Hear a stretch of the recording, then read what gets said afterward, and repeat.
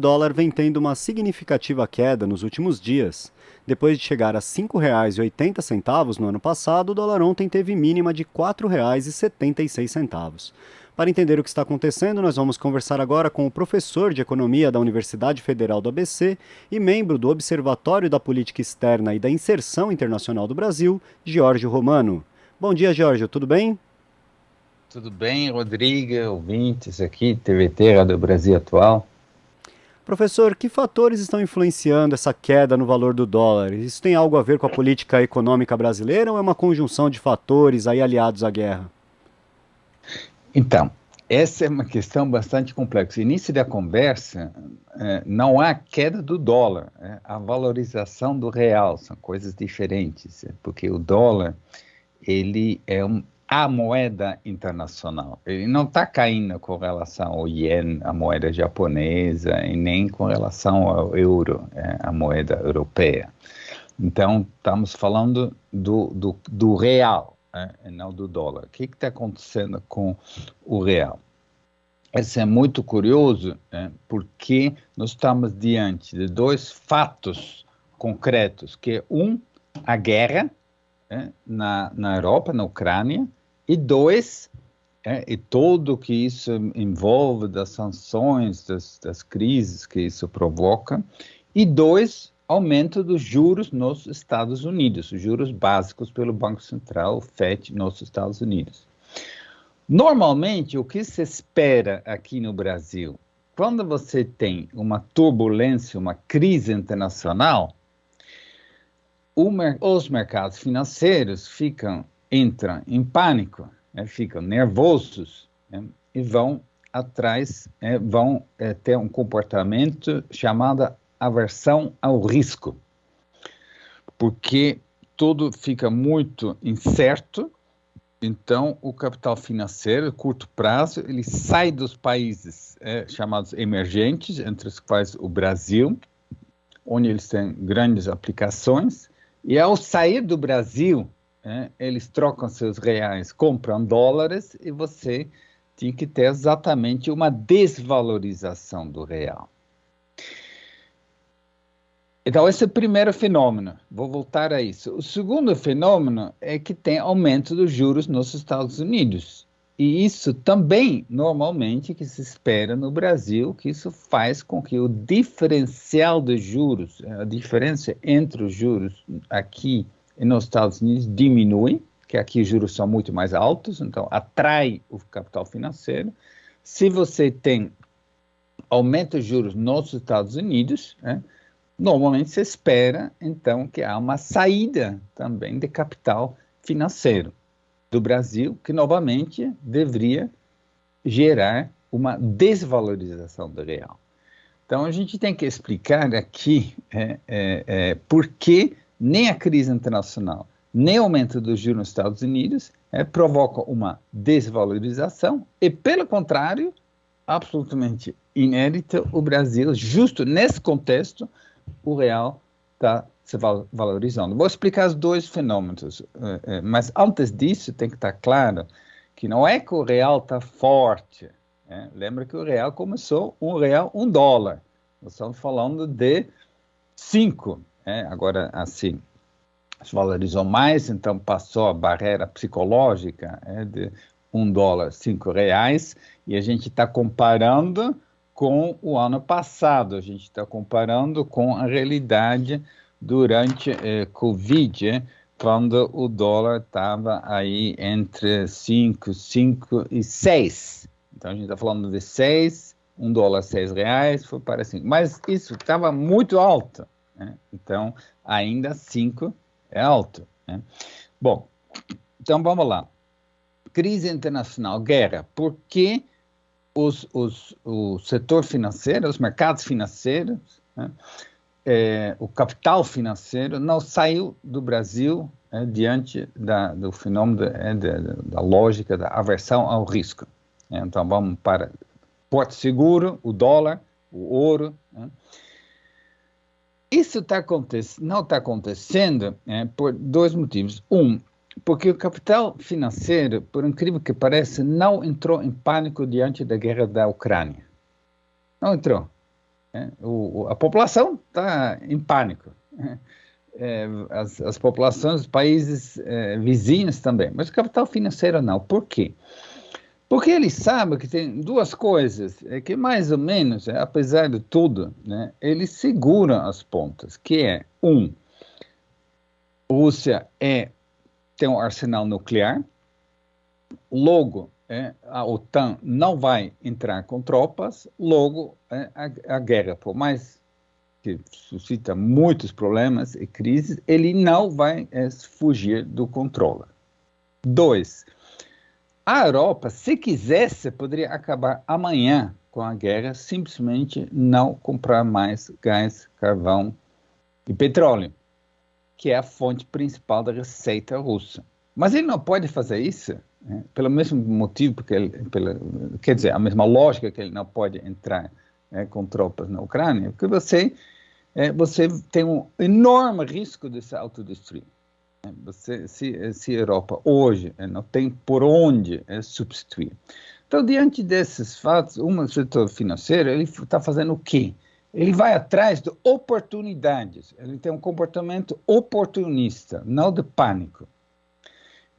Ele saiu da Rússia, evidentemente, diante das sanções, saiu da China, porque é muito incerto para o setor financeiro como a China vai se movimentar e talvez as sanções vão atingir também a China, está aumentando o clima, os Estados Unidos estão falando muito besteira contra a China também, então melhor sair da China. E, normalmente, quando tem saídas emergentes, eles saem de todos os emergentes de uma vez, inclusive do Brasil. Quando em 1998, lá no governo Yeltsin, na Rússia, o Yeltsin não pagou a dívida e aí os juros que ele tinha que pagar sobre o serviço da dívida, isso imediatamente impactou o real. Foi esse fenômeno na Rússia que suscitou, provocou o colapso da âncora cambial. Aí o dólar começou, enfim, o real teve uma enorme desvalorização. Então, esse impacto direto nós vimos muitas vezes, também de novo na crise financeira, na década de 90, depois em 2008, no momento. Agora não, ao contrário, o setor financeiro, pelo jeito, eles estão mais sofisticados, estão diferenciando. Você tem que sair da Rússia, vou sair da China, mas eu vou entrar no Brasil. Está entrando capital financeiro no Brasil. Então, a gente tem que entender por que, no meio dessa crise, turbulência, está entrando no Brasil e ainda no momento que os juros dos Estados Unidos estão aumentando. Então, é um fenômeno para uma aula de economia, porque é algo inédito, porque normalmente, diante desses dois fatos, aumento de juros dos Estados Unidos, crise internacional, o capital sai do Brasil e tem uma desvalorização. Por que não acontece? Duas coisas. Uma, os preços internacionais, por causa da guerra, os preços internacionais dos commodities, das matérias-primas que o Brasil exporta, que o Brasil tem em abundância, estão aumentando. Principalmente minério de ferro, mas também os produtos de alimentação e, sobretudo, petróleo. Certo? Então, lucros do Petrobras extraordinários, a gente sabe que 2/3 das ações de Petrobras são na mão dos privados, que se enriquecem, aí rodapé. Mas esse fenômeno é que os preços internacionais, e a tendência é que esses preços internacionais vão ficar por um bom tempo, mesmo depois de um acordo de paz, que chega rápido, a gente espera, mesmo depois eles vão ficar altos. Então, o setor financeiro que está procurando, que não está em pânico, que está procurando as oportunidades que a guerra provoca de lucrar, ele vem para o Brasil. Segundo fenômeno, segunda questão que explica que o Banco Central do Brasil, com o Roberto Campos Júnior, ele está seguindo o aumento dos juros nos Estados Unidos. A gente está vendo, aumentou o Selic 1%, já está 11,75%. É a expectativa do mercado que o Banco Central vai continuar e que daqui a pouco estamos com 13,5% de juros básicos. Ou seja, ele está neutralizando o impacto do aumento dos juros nos Estados Unidos, mantendo o diferencial de juros altos, mantendo o Brasil interessante para os fluxos financeiros. Então, por esses dois motivos, nós estamos diante de algo novo no Brasil, que o setor financeiro reage de forma diferente. Então, alguém pode dizer, então o Brasil está bem. Pois é, estranho, né? O povo está mal pra caramba, o preço do petróleo está lá em alto, o preço do alimento está lá em alto, mas o Brasil é muito bom para o setor financeiro. Tão bom que o pessoal sai da China e entra no Brasil.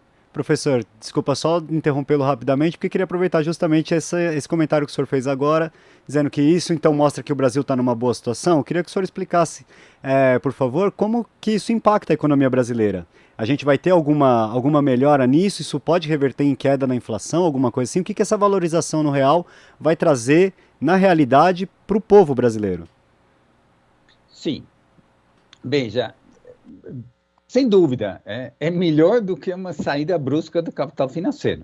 Uma saída brusca do capital financeiro gera pressões inflacionárias, gera desvalorização, logo pressões inflacionárias, e quem paga a conta é o trabalhador brasileiro, mais uma vez seria. Então, diante disso, é um alívio, não tem dúvida, é um alívio para o Brasil, é um alívio para o povo brasileiro, só que a gente não está aproveitando dessa situação para resolver a questão do povo, porque o governo não quer. O mercado não faz, a gente sabe. O mercado não está aí, o mercado está aí, o capital financeiro vem aqui para lucrar, não vem para resolver os problemas do povo brasileiro. Exemplo, se o Brasil atrai o setor financeiro, porque ele é uma potência de produção alimentar, uma potência energética, ele exporta, um grande exportador, se tornou um grande exportador de petróleo, graças à aposta no pré-sal lá, desde o segundo governo Lula, você tem, então, você pode dizer, bom, então vamos aproveitar para controlar os preços para o trabalhador brasileiro.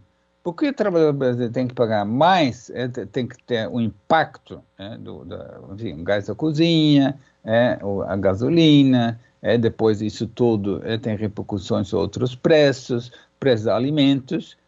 Ou seja, isso tudo garante a lucratividade que atrai esse capital financeiro, e isso resolve o problema deles. E resolve, é um alívio. Só que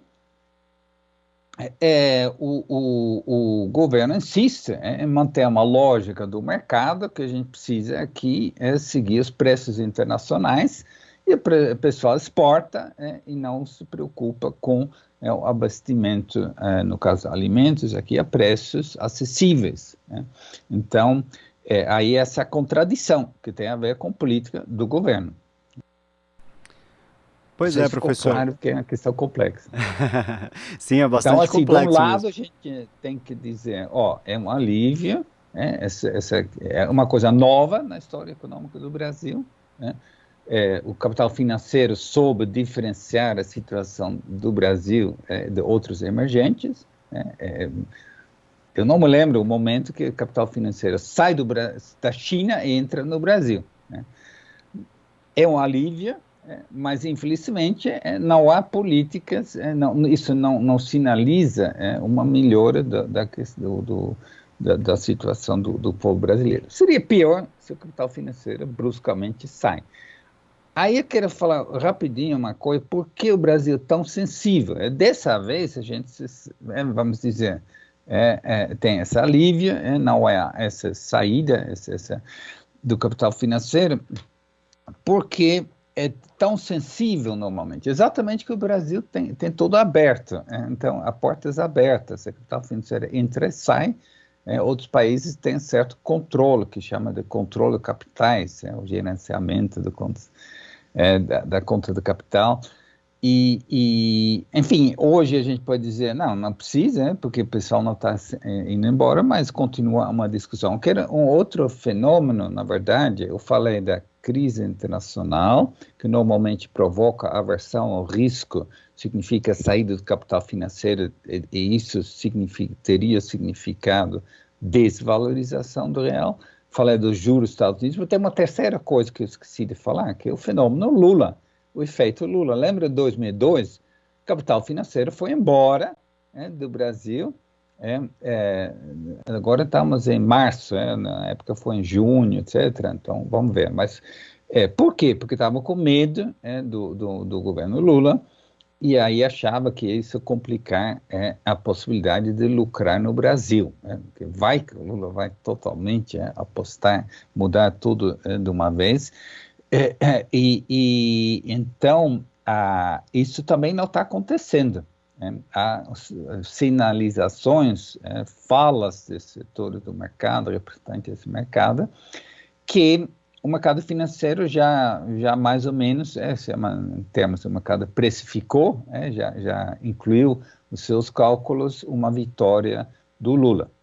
Então, por quê? Porque eles já sabem agora, o Lula já governou 8 anos, eles viram que o Lula é uma pessoa extremamente responsável, que pensa os interesses do povo brasileiro, mas grande surpresa, ao defender o interesse do povo brasileiro, como diz o Lula, colocar o povo no orçamento, você aumenta a demanda total da economia, que isso também é bom para vários setores econômicos. Então, é isso que, na minha opinião, o Lula, vamos dizer, testado, e, portanto, não gera. Mas é cedo, a gente não sabe o que vai acontecer, é claro que o pessoal está acompanhando todas as falas do Lula com atenção, e uma questão importante aqui é a fala do Lula que ele vai acabar com essa palhaçada de obrigar o trabalhador brasileiro a pagar preços internacionais pelos derivados de petróleo, o tal da política PPI se chama, paridade de preço de importação, porque a gente importa derivados, a gente exporta petróleo, porque o governo Temer e Bolsonaro interromperam a expansão da capacidade de refino. Então, esse é um atestado de subdesenvolvimento, você exporta petróleo por preço X e importa derivados por preço X mais Y. Então, é pouco, a gente importa pouco derivados são gasolina, diesel, etc., que são, mas é o pouco que estabelece o preço, esse preço alto. A gente teria que considerar que o custo de produção está bem abaixo de $10 por barril. É verdade, então, se o preço professor internacional sente $10 por barril, não é difícil já entender por que a Petrobras está fazendo esses lucros extraordinários, e esses lucros extraordinários, infelizmente, não vão para o povo brasileiro, mas vão para os acionistas, que são 2/3 privados, dos quais metade no exterior. É verdade, professor, isso é um absurdo mesmo. O senhor me desculpa ter que cortá-lo, a gente está com um tempo um pouco curto hoje, Sim. Mas eu queria agradecer muito sua participação aqui no Jornal Brasil Atual, por todas essas explicações que o senhor nos deu. Um bom dia e um bom final de semana para o senhor. Ok, obrigado, sempre à disposição. Abraço, bom final de semana para todos. Um abraço, professor. Conversamos aqui com o professor de Economia da Universidade Federal do ABC e membro do Observatório da Política Externa e da Inserção Internacional do Brasil, George Romano. Você está ouvindo Jornal Brasil Atual. As notícias que os outros não dão.